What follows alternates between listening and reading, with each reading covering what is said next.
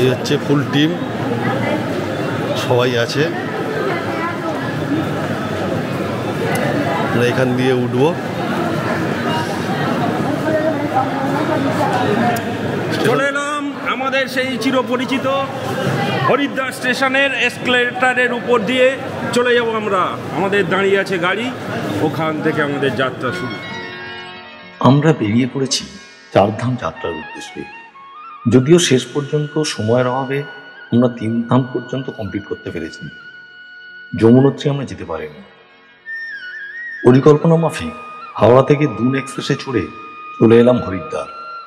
হরিদ্বার থেকে আমাদের গন্তব্য গঙ্গোত্রী।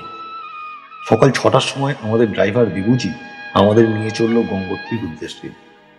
রাস্তার মাঝে কোথাও ভিউ পয়েন্ট পেলে একটু গাড়ি থেকে নেমে প্রকৃতিকে উপভোগ করার লোভ আমরা কেউই সামলাতে পারিনি। গঙ্গোত্রী যাওয়ার পথে মাঝ রাস্তায় দাঁড়িয়ে একটা ভিউ পয়েন্ট পাওয়া গেছে, সেখানে দাঁড়িয়ে আমরা এই ভিডিওটা করছি।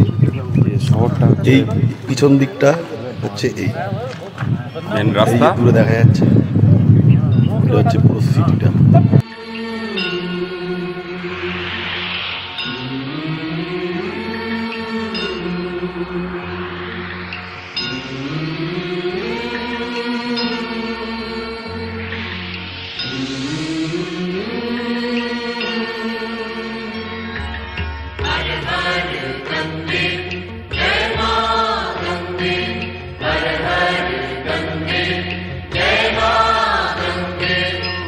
গঙ্গোত্রী যাওয়ার পথে আমরা 12টার দিকে পৌঁছলাম উত্তরকাশী।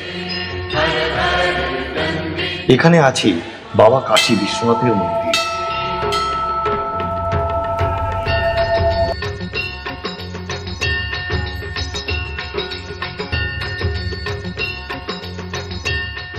মন্দির ঘুরে পুজো দিয়ে আমরা আবার এগিয়ে চললাম গঙ্গোত্রীর পথে।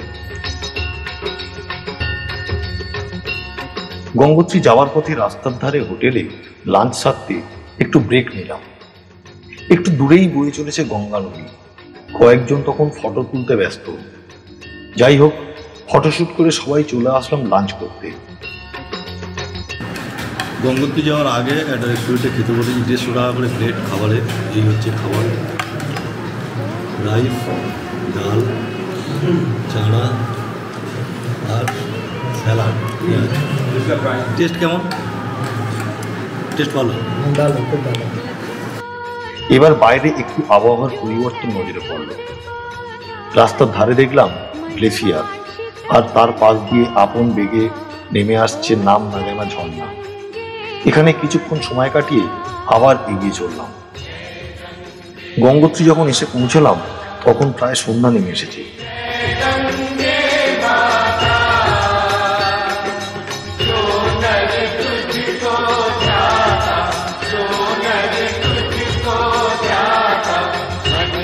বাইরে শুরু হয়েছে বৃষ্টি, আর সঙ্গে বয়ে চলেছে শীতল হাওয়া। চারিদিকে বরফে ঢাকা পাহাড়ের মাঝে শ্বেত শুভ্র মা গঙ্গা দেবীর মন্দির প্রাঙ্গণে এক অদ্ভুত ঐশ্বরিক অনুভূতি। প্রচন্ড ঠান্ডায় হাত পা অবশ হওয়ার মতন অবস্থা। পরের দিন সকালে আমরা রওনা দিলাম সোনপ্রয়াগের উদ্দেশ্যে। প্ল্যান ছিল সোনপ্রয়াগে নাইট স্টে করে পরের দিন ভোরবেলা সবাই বেরিয়ে পড়ব কেদারের উদ্দেশ্যে। কিন্তু সোনপ্রয়াগ থেকে প্রায় 10 কিলোমিটার আগে আমরা নাইট স্টে করলাম। পরের দিন আমরা সীতাপুর থেকে সকাল 7টার দিকে হাঁটা শুরু করলাম কেদারের উদ্দেশ্যে। সীতাপুর থেকে গৌরীকুণ্ডে যাওয়ার জন্য রেজিস্ট্রেশন চেক হচ্ছে, এখানে লাইন দিতে হবে। আমরা সকাল 7টায় বেরিয়েছিলাম, একটু আগে যাওয়ার চেষ্টা করেছিলাম, কিন্তু লাইনে পুলিশ প্রচণ্ড কড়াকড়ি, যেতে দিচ্ছে না। যে কারণে আমরা আবার লাইনে দাঁড়িয়ে গেছি। 7:30 বাজে এখন, তো লাইনটা দেখা।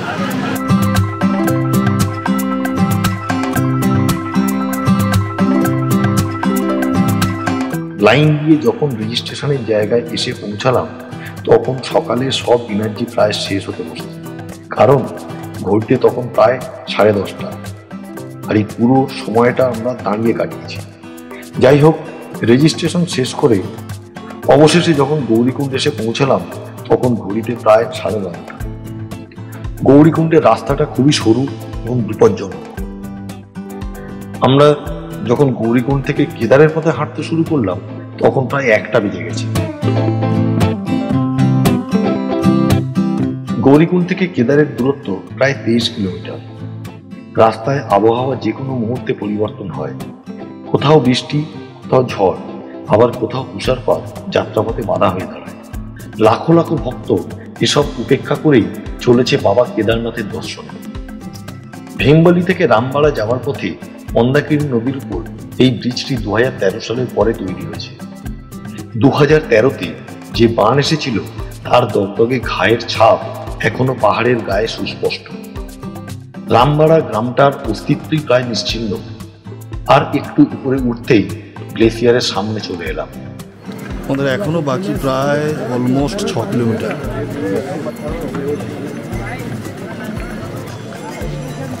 যে গ্লেসিয়ারটা দূর থেকে দেখছিলাম সেটা এইখান থেকে দেখতে পাচ্ছি উপর থেকে পুরোটাই নদীটা গ্লেসিয়ারে বরফে পরিণত হয়ে এই নামছে।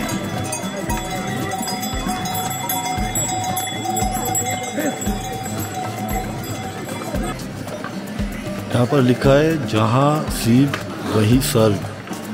একদমই তাই, যেখানে শিব সেখানেই স্বর্গ। আর স্বর্গে যেতে গেলে প্রচুর কষ্ট করতে হয়, আমরা এখন সেটাই করছি। আমরা সবাই যারাই কেদারে আসছে প্রত্যেকে, অবশ্য যারা পায়ে হেঁটে আসছে। কষ্ট সঙ্গে আনন্দ, প্রকৃতি সব রকম ঐশ্বরিক ব্যাপার, ঐশ্বরিক সুখ আছে, হাঁটার মধ্যেও আনন্দ আছে। হর হর মহাদেব।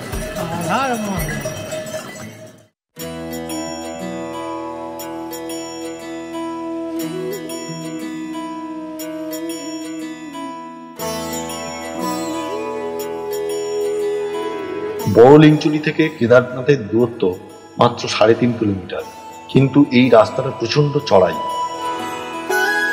দীর্ঘ পথ অতিক্রম করে যখন কেদার পৌঁছলাম তখন রাত প্রায় 11টা বাজে। পরের দিন সকালে দেখলাম কেদারনাথ মন্দির প্রাঙ্গণের অপরূপ দৃশ্য। जय हो शंकरा आदिदेव शंकरा, तेरे जाप के बिना चले ये सांस किस तरह। मेरा कर्म तू ही जाने, क्या बुरा है क्या भला। तेरे रास्ते पे मैं तो आंख मूंद के चला, तेरे नाम की जोत ने सारा हर लिया तमस मेरा। नमो नमो जी शंकरा भोलेनाथ शंकरा। কেদারনাথ মন্দিরের পিছনেই আছে ভীমশিলা। 2013-র বানের সময় এই পাথরই রক্ষা করেছিল কেদারনাথ মন্দিরের।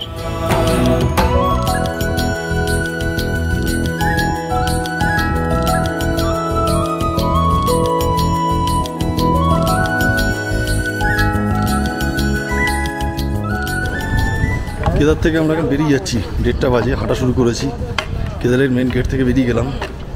গেট থেকে মন্দির প্রায় 1.5 কিলোমিটার, তো ওখান থেকে বেরিয়ে গেছি। ভালো ওয়েদার, চারদিকে বরফ টরফ পড়ে আছে, অনেক বরফ গলেও গেছে। সকালে আরও বরফে ঢাকা ছিল। পাশ দিয়ে হেলিকপ্টার উড়ে যাচ্ছে, ভালোই লাগছে। এখন বাজে 1:30, টার্গেট আছে 8টার মধ্যে নেমে যাবো। কালকে রাস্তায় অনেক লেট হয়ে গেছে। কেদারনাথ মন্দিরে পুজো দিয়ে যখন আবার গৌরীকুণ্ডের উদ্দেশ্যে রওনা দিলাম তখন ঘড়িতে প্রায় 1টা। প্রকৃতিকে উপভোগ করার এক অসামান্য সময়। পরিষ্কার আকাশ, অপূর্ব আবহাওয়া। কাল রাতের গ্লেসিয়ারটা আজ দিনের আলোয় আরো ভালো লাগছে।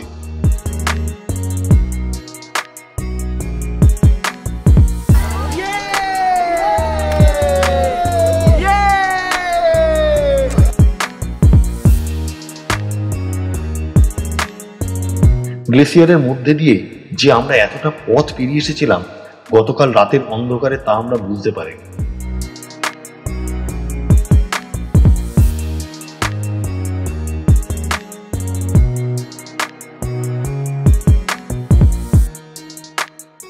সারাদিন ননস্টপ হেঁটে আমরা গৌরীকুণ্ড হয়ে যখন সোনপ্রয়াগ পৌঁছালাম তখন ঘড়িতে প্রায় রাত 9টা। পরের দিন আমাদের যাত্রার চতুর্থ দিন। আজ আমাদের গন্তব্য বদ্রীনাথ ধাম। কেদার থেকে বদ্রীর রাস্তা কিন্তু ভয়ানক। কোথাও কোথাও মনে হচ্ছে পাহাড় ঝুঁকে পড়েছে রাস্তার উপর। যাত্রাপথের দৃশ্য যেমন ভয়ানক তেমনই সৌন্দর্যে ভরপুর। আমরা চলেছি বদ্রীনাথের উদ্দেশ্যে।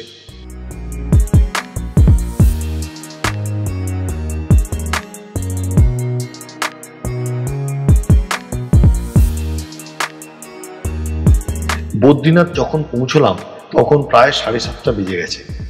তাড়াতাড়ি হোটেলে লাগেজ রেখে আমরা চললাম পুজো দেওয়ার উদ্দেশ্যে। বদ্রীনাথের পুজো দেবে বলে আমরা এখন হাঁটছি, ঠান্ডা প্রচুর। আমরা নেমেই আগে একটা রুম নিয়ে নিয়েছি, 2টো রুম, 5,000 টাকা, একটু উপরের দিকে আরও ভাড়া, প্রায় 8,000, 9,000 এরকম ভাড়া যাইছে। যত উপরের দিকে মন্দিরের কাছে তত ভাড়া বেশি। তো আমরা এখন একটু দূরেই রুমটা নিয়েছি, 2.5 করে পড়েছে 2টো রুম। আমরা 8 জন আছি, 4 জন করে শেয়ার হয়ে যাবে। আর এখন পুজো দিতে যাচ্ছি, কারণ পুজোটা দিয়ে নিলে সকালেই এখানে একটা গ্রাম আছে, ভারতবর্ষের শেষ গ্রাম মানাগ্রাম, সেই মানাগ্রাম দেখতে যাব। বদ্রীনাথে মন্দিরে ঢোকার আগে একবার লোডশেডিং হয়ে গেল, পুরো অন্ধকার। এখন আবার আমরা নিচের দিকে নামছি মন্দিরের দিকে। মন্দিরের কাছে প্রায় এসে গেছি, লোকের ভিড় দেখে তাই মনে হচ্ছে আমরা মেন মন্দিরের কাছাকাছি চলে এসেছি। এই হচ্ছে মেন মন্দির।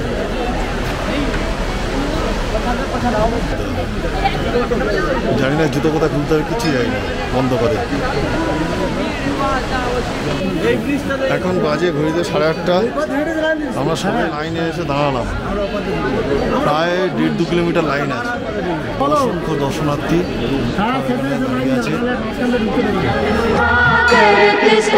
श्री बद्रीनाथ विश्वम्भरं श्री बद्रीनाथ विश्वम्भरं शक्ति गौरी गणेश शारद नारद मुनि उच्चारणं योग ध्यान अपार लीला बद्रीनाथ विश्वम्भरं शक्ति गौरी गणेश शारद नारद मुनि उच्चारणं योग ध्यान अपार लीला बद्रीनाथ विश्वम्भरं श्री बद्रीनाथ विश्वम्भरं।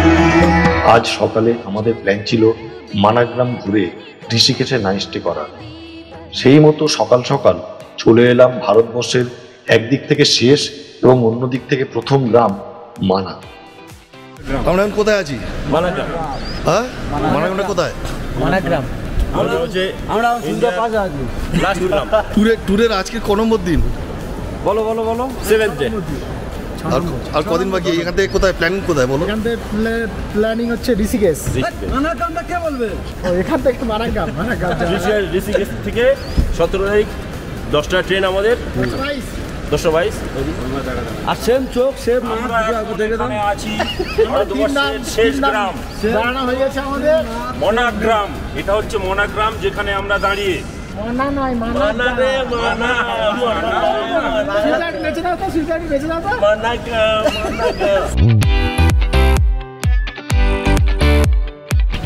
আমরা এখন আছি মানাগ্রাম, সবাই মিলে হাঁটছি, গ্রামটা দেখতে যাবো। এখন বাজে সকাল 7:10, প্রচণ্ড ঠান্ডা। তার মধ্যে আমি হাফ প্যান্ট পরে বেরিয়ে, তার মধ্যে আমাদের সুকান্তদা হাফ প্যান্ট পরে বেরিয়ে পড়েছে। বুঝতে পারিনি এত ঠান্ডা, এত বরফ পড়বে, চারিদিকে বরফে বরফ। ঠান্ডার মধ্যে হাঁটছি। যদিও আমরা নিচে নামবো কিছুক্ষণের মধ্যে, নিচে নামলে তখন গরম লাগবে। হ্যাঁ,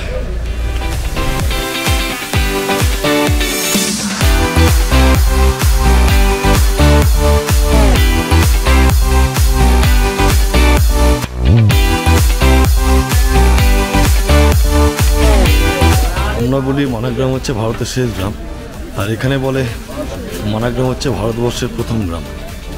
দুটোই ঠিক। এটা মজার।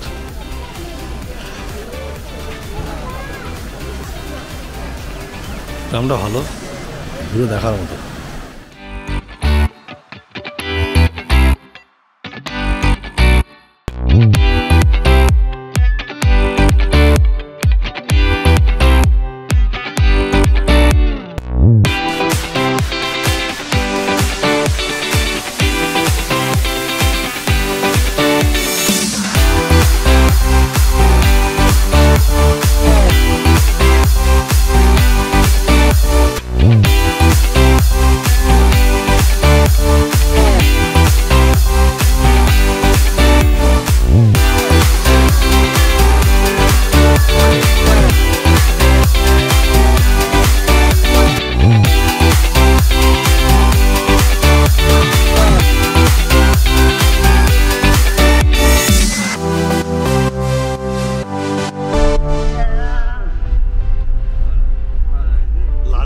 অনেক কষ্ট করে বাবার জন্য নিয়ে যাচ্ছে, একটা স্মৃতি, বদ্রীনাথের স্মৃতি।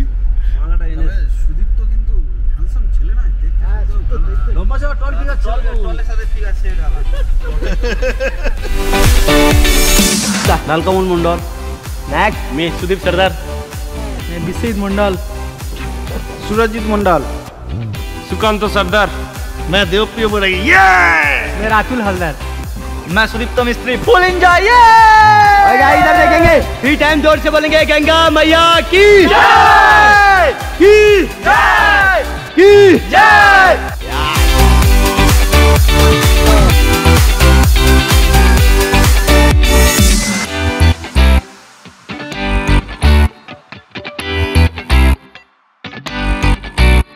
Mm-hmm.